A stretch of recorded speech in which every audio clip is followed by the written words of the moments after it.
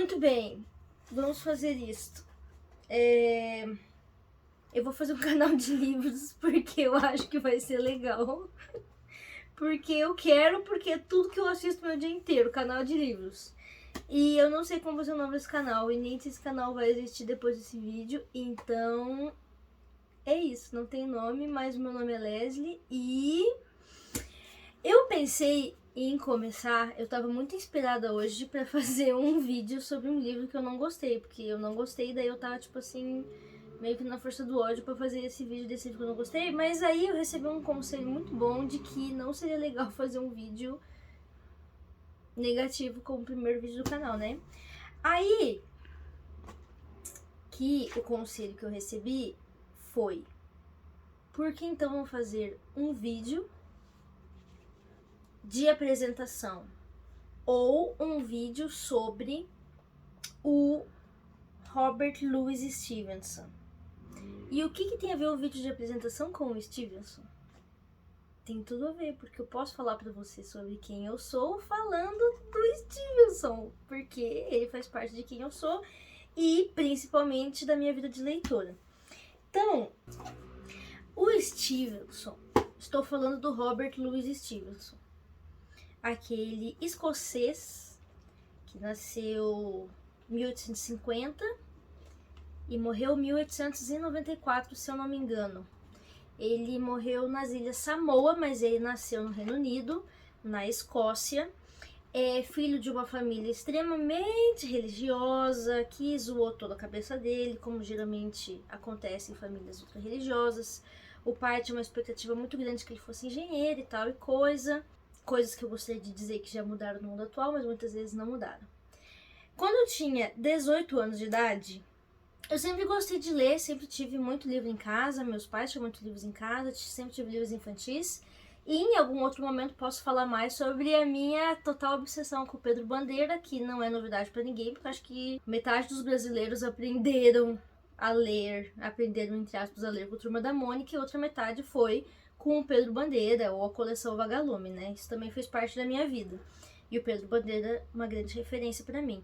Mas lá por volta já dos 17, 18, 17, quando eu passei no meu primeiro vestibular, o meu pai disse que ia me dar um presente. E aí ele me levou na livraria para eu escolher um livro. E nesse dia eu escolhi 2 livros. E aí o meu pai me deu um e eu comprei o outro. Que infelizmente não tá aqui comigo agora esse outro, mas eu já comento dele. E o livro que eu vi na livraria foi este aqui. A Ilha do Tesouro Perdido, do Stevenson.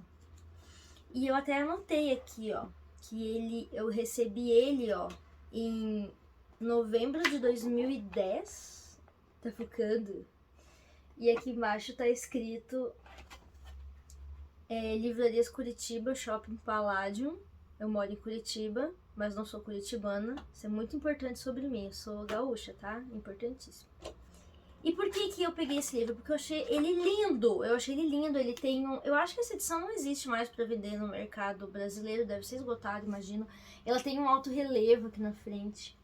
E ela tem umas letras atrás que parecem umas letras manuscritas de cartas de tesouros escondidos. E aí eu achei lindo. E dentro ele também tem um papel amarelo, um cheiro maravilhoso, lindo. As primeiras letras deles parecem umas pequenas iluminuras, assim, eu achei muito legal. Enfim, daí meu pai me deu esse livro. E eu não sabia quem era o Stevenson. E eu fiquei muito apaixonada nesse livro, então esse foi o primeiro livro que eu li. Acho que é bem conhecida a história de que é um livro juvenil, de que o Stevenson escreveu ele pro enteado dele, né? O Stevenson casou com uma mulher muito mais velha que ele. Ele era escocês, mas a mulher era americana, ela já tinha 2 filhos, e ele enfrentou um preconceito, a mulher também, obviamente, né? Eu tô falando aqui da perspectiva dele, mas enfim, foi um casal que enfrentou barreiras sociais de preconceito mesmo para poder estarem juntos. E ele fez parte, né, da infância, da criação dessas 2 crianças, desses 2 filhos, que a Fanny Osborne, que é a esposa dele, tinha. E ele escreveu isso aqui pra um desses meninos, que eu acho que era o Lloyd, se eu não me engano, o mais velho. Ele fez um mapa e aí a criança gostou e ele foi inventando uma história e no fim das contas virou um livro. Esse livro é sensacional, lindo, maravilhoso. É um livro de aventura. Perfeito. Perfeito. Depois que eu li esse livro, eu fiquei... What? Eu preciso ler tudo que esse cara escreveu, porque esse cara é foda, muito foda. Aí que eu fui conhecer que ele tem um livro extremamente mais famoso, né? Que é a obra-prima. Já explico por que eu coloquei obra-prima entre aspas, mas é o livro mais conhecido dele, que é O Médico e o Monstro, ou O Estranho Caso do Dr. Jekyll e Mr. Hyde. Eu não tenho aqui uma edição desse livro porque eu descobri que o meu pai tinha esse livro na biblioteca. Numa edição que, se o editor puder colocar pra mim, aqui. É uma edição bem simples desse livro. Uma edição extremamente simples desse livro, que tinha na biblioteca do meu pai. E aí que eu me dei conta o quê? Quando eu li Robert Louis Stevenson, e aí eu fiquei apaixonada, eu lembrei, eu acho que esse nome tá na biblioteca do meu pai, eu já vi um livro com esse nome. E aí era uma edição bem simples do Médico e o Monstro. E eu peguei pra ler e eu fiquei alucinada. Porque assim, na época que eu tinha 17 anos, a internet ainda não era tudo isso que ela é hoje, e eu menos ainda ligada à internet. Então, por mais que a vida, a cultura ocidental, de modo geral, tenha te dado spoilers sobre a história do Médico Monstro, se esses spoilers eles não foram conectados a este nome, O Médico e o Monstro, é possível, talvez, que você consiga ler o livro sem saber exatamente o plot dele. E isso aconteceu comigo. Eu li O Médico e o Monstro sem saber exatamente. O que é quase um milagre hoje em dia, né? Mas eu consegui ter esse privilégio de ler O Médico e o Monstro sem saber exatamente o plot do livro, a história principal do livro. E a grande questão envolvendo o médico e o monstro. E eu fiquei, nossa, aquilo me transformou muito, aquela questão do duplo e da ambiguidade. Falavam muito comigo sobre quem eu era naquela época, sobre as coisas que a gente tenta esconder dos outros, sobre pessoas que a gente é, só que na verdade a gente não é, sobre pessoas que a gente não é, só que na verdade a gente é sim. E eu achei incrível não só o jeito do Stevenson escrever, mas a discussão que ele trazia ali, né? É um livro que se situa muito numa discussão sobre cientificismo no século XIX, mas também sobre existência mesmo, e é tão curta, nossa, acho que tem menos de 100 páginas, assim. Eu sou professora, eu empresto muitos meus livros para os meus alunos e eu infelizmente perdi essa edição que eu li pela primeira vez, porque eu emprestei para uma aluna. Eu sei que esse livro tá com ela ainda, porque nessas andanças da vida uma vez eu encontrei com o namorado dela, que me disse que esse livro ainda tá com ela, então se você está com o meu livro um dia, eu ainda espero recebê-lo de volta. Mas hoje, a edição que eu li e que eu uso para estudar e reler, eu releio poucos livros, eu não tenho muita paciência de reler, mas O Médico e o Monstro eu já reli várias vezes porque é um livro da vida. É essa edição da nossa queridíssima e finadíssima Kozak Naif. É uma edição que era antiga até dentro da própria Kozak Naif, porque essas edições deles, eu esqueci como que era o nome dessa coleção, eles só publicaram com a Jacket bem pouco tempo. E aí a capa do livro é assim, ó. Eles publicaram com a Jacket bem pouco tempo. E depois eles começaram a publicar com a própria capa no livro. Não tinha mais Jacket. Então até pra Kozak Naif, essa edição que eu tenho, ela é rara, eu acho. Enfim. Eu comprei ela por R$50 num sebo. Não foi nem cara. Hoje deve estar custando bastante, mas eu comprei por R$50, eu lembro disso. E aqui dentro tem o Clube dos Suicidas, tem o Magic e o Monstro, tem vários outros contos do Stevenson, que era um excelente contista, embora as pessoas lembrem pouco dos contos dele. E aí eu li o Magic e o Monstro e fiquei apaixonada de novo. Aí eu fui correr atrás de mais coisas do Stevenson. E o que eu descobri? Que o Stevenson é famosérrimo. Ele é autor de um dos maiores pilares da cultura ocidental, que é o Magic e o Monstro. Quando a gente fala de Magic e o Monstro, meio que automaticamente vem na nossa cabeça o Frankenstein e o Drácula, que são 3 grandes colossos, assim, da literatura, do cânone em língua inglesa e até do cânone ocidental, digamos assim.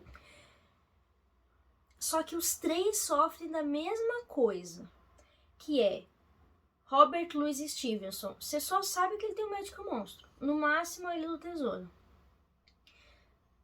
Mary Shelley, você só sabe do Frankenstein. E Bram Stoker, você só sabe do Drácula. E são escritores que publicaram muita coisa. E são maravilhosos os 3. Mas no caso do Stevenson, ele publicou muita coisa mesmo. Ele escrevia histórias infantis, ele escrevia livros de viagem maravilhosos, ele escrevia poesia, ele escrevia contos, novelas, romances. Então, assim, é muito rico. E praticamente nada é traduzido no Brasil, é dificílimo achar, então assim, fica o apelo, né, a certas editoras. Tem editoras que publicam só clássicos de domínio público no Brasil. Sou cadelinha da Antofágica, então, por exemplo, a Antofágica poderia publicar outros livros de Stevenson, que eles publicaram só o Magic e o Monstro e a Ilha do Tesouro. A Ilha do Tesouro numa edição linda e o Magic e o Monstro numa edição... Eu sei que tem um status artístico, mas eu não consigo comprar aquela edição porque eu acho muito feia, infelizmente. E eu sou muito fã da editora, mas voltando. Tem muita coisa. E aí eu fui ler Raptado, que é a história do David Balfour, que eu acho que é o meu livro de aventura preferido do Stevenson. Eu prefiro Raptado ao famosérrimo A Ilha do Tesouro. Eu acho mais legal ainda. O Raptado é um livro muito incrível. E depois disso eu li muitas outras coisas. Em outros momentos, esse vídeo vai ficar gigantesco, então em outros momentos eu falo mais sobre outros livros que eu li do Stevenson. Eu lembro de um que eu li nessa época também, que eu achei num sebo, que eu acho que tem uma única tradução no Brasil, pelo Círculo do Livro, que deve ter, sei lá, 50 anos. Não existe mais edição desse livro no Brasil, que é a Estátua de Mármore, que é um livro que eu criei altas teorias na época. Eu não lembro mais muito bem da história do livro, mas eu lembro que na época que eu li, eu senti toques nele de investigação policial quase. E ele eu tenho que conferir essas informações, mas eu acho que ele é anterior ao Edgar Allan Poe. E aí eu fiquei na época meio bugada, tipo assim, por que dizem que o Edgar Allan Poe, com o Dupin, né, que eu também amo, inventou o gênero? Eu acho que a Estátua de Mármore tem peças de gênero investigativo antes. Lançada aí a treta, enfim. Mas eu lembro de ter pensado muito isso na época que eu li esse livro, A Estátua de Mármore, do Stevenson. Tem um livro que eu achei muito legal, que a Carambaia publicou no Brasil há pouco tempo deve ser alguns anos, tá? Que é A Viagem com o Burro pelas Cevenas. Esse livro, ele tem uma edição lindíssima, com pelo sintético, obviamente, não de verdade, com pelo de burro na capa. Ele é todo em pelo de burro. Essa edição custava R$100 e poucos, eu não tinha dinheiro para comprar, e eu comprei a edição mais simples, que é mais barata da editora. Nem deve mais existir a edição com pelo de burro, eu imagino, deve ter sido bem limitado. Eu lembro que era bem caro e eu não consegui comprar, então eu tenho essa, mas desejaria ter a outra. É muito legal, é um livro de não ficção. Eu não gosto de ler não ficção, não é meu estilo literário. Mas Stevenson escreve livros de viagem e de não ficção maravilhosos, porque ele tem bom humor e ele tem uma narrativa perfeita. Esse aqui, por que aquela hora eu falei obra-prima do Stevenson, O Magic e o Monstro? Porque os críticos mais especializados, que entendem da obra do Stevenson, dizem que na verdade esta é a obra-prima dele. O Morgado de Ballantrae. Eu também não conheço edições novas desse livro no Brasil. Não conheço. Eu comprei esse livro por R$ 12 num sebo aqui da cidade. É um livro pouquíssimo falado, a gente poderia falar mais sobre ele. Eu não sei se eu acho a obra-prima do Stevenson. Talvez, não sei sobre isso. Acho que eu ainda prefiro Médico e o Monstro mesmo, mas muitas pessoas dizem que é esse. Esse é um livro maior, ele é de mais fôlego do que a novela do Médico e o Monstro. Eu tenho esse aqui que são fábulas, que eu gostei muito quando eu fiquei sabendo que existia, porque são historietas curtas, muito doidas que o Stevenson escreveu, que eu nunca vi publicadas em outros lugares, algumas dessas. A primeira história são personagens dos livros dele conversando, uma parada muito doida. E esse é um dos meus livros preferidos, assim. Eu amo esse livro, que é um livro de cartas entre o Robert Louis Stevenson e o Henry James, que é o cara que escreveu A Volta do Parafuso, em algumas traduções A Outra Volta do Parafuso, depende da tradução, que é esse aqui. Esse livro eu comprei numa pré-venda em 2017. E esse livro é maravilhoso, porque são dois gênios da literatura que se admiravam profundamente, falando sobre literatura, e eles têm visões muito opostas em alguns casos. Eu lembro que eles debatem sobre o que é o gênero de aventura, por exemplo, que eles não concordam no que é e no como deve ser, e na utilidade desse gênero. É muito bom, e eles se admiram e eles se respeitam, e eles não se concordam, e é excelente as cartas deles. Gosto muito. Tem muitos outros livros. Um dos últimos livros que eu li dele é a Ilha de Falesá. Também não tô com esse livro aqui, que tem uma capinha rosa, saiu numa edição mais ou menos recente, bem curtinho. E um livro que eu amo sobre o Stevenson, não é do Stevenson, é provavelmente do meu escritor vivo preferido, que é do Alberto Manguel. O Alberto Manguel é uma divindade, né? E ele está vivo. É um argentino, naturalizado canadense, mas que já morou em qualquer outro lugar do mundo, já morou em 1 milhão de lugares. E escreve muito sobre literatura de um jeito não ficcional, mas ele tem alguns poucos livros ficcionais. E um dos poucos livros ficcionais que o Alberto Manguel tem se chama Stevenson Sob as Palmeiras. Esse livro também tá numa caixa minha aqui guardado, não tô com ele em mãos agora, dá pra colocar aqui. É um livro muito lindo, muito legal, é uma aventura, é uma homenagem ao Stevenson, mas tem também um quê de crime. O Stevenson é acusado de um crime. A vida do Stevenson por si só é uma história muito rica. Então o Alberto Manguel, que admira esse autor, fazer uma história ficcional em cima de uma história real do Stevenson, que já parece ficcional, porque o Stevenson, tipo, ele morou nas Ilhas Samoa, no meio do Pacífico, era um escocês no meio do Pacífico, e a população nativa do local amava ele, chamava ele de contador de histórias. E ele morreu nessa ilha, né? Ele sempre foi muito doente, morreu com 44 anos de idade.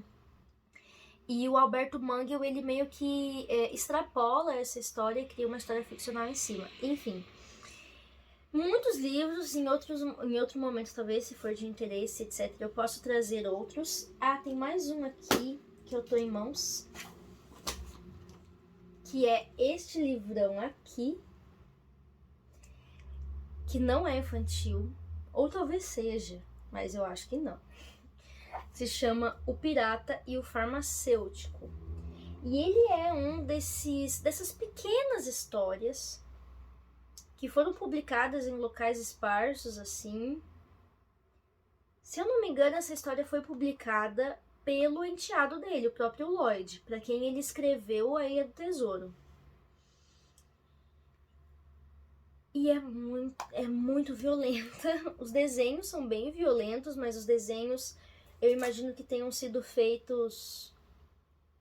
Eles têm um quê meio antigo, mas na verdade eu acho que eles foram feitos na atualidade. Ó, tipo, olha isso. Ele é da Companhia das Letras. tradução desse livro deve ter sido dificílima, porque ele tem muitas rimas. E eu imagino que ele deva ter rimas no português para tentar preservar o que o Stevenson fez em inglês, que são as rimas.